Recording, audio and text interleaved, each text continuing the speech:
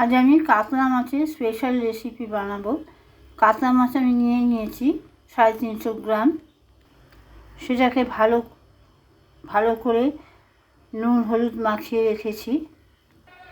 এতে মশলা দেবো কালো সর্ষে, হলুদ সর্ষে, রসুন, আদা, লঙ্কা, পেঁয়াজ, একটা শুকনো লঙ্কাও নিয়েছি। কালো সর্ষেটা আগে আমি একটু মিক্সিতে ঘুরিয়ে নেব। একটু নুনও দিয়ে দিলাম যাতে না তেতো হয়।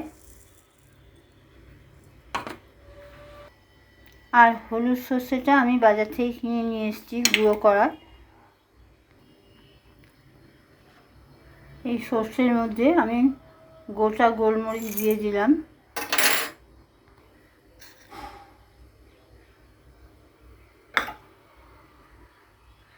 সেটা করে রাখা আদাটা দিয়ে দিলাম।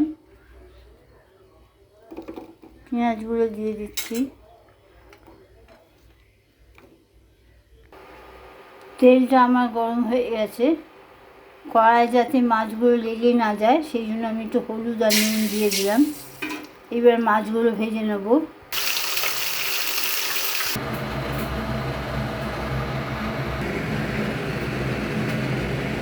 মাছ ভাজা আমার হয়ে গেছে। এবার ফোড়ন দিয়ে দিচ্ছি। এলাচ দিয়ে দিলাম, তেজপাতা দিয়ে দিলাম।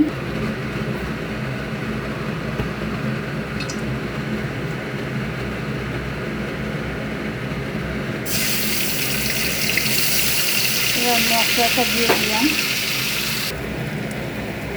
টমেটোর পিউরিটা দিয়ে দিলাম।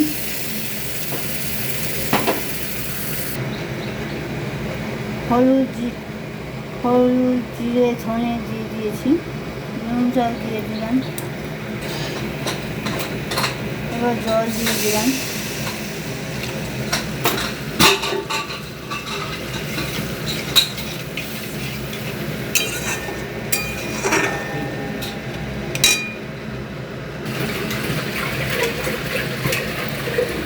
ভেজে রাখা মাছগুলো দিয়ে দিলাম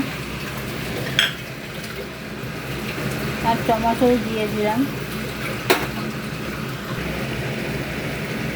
মাছের রেসিপিটা আমার হয়ে গেছে।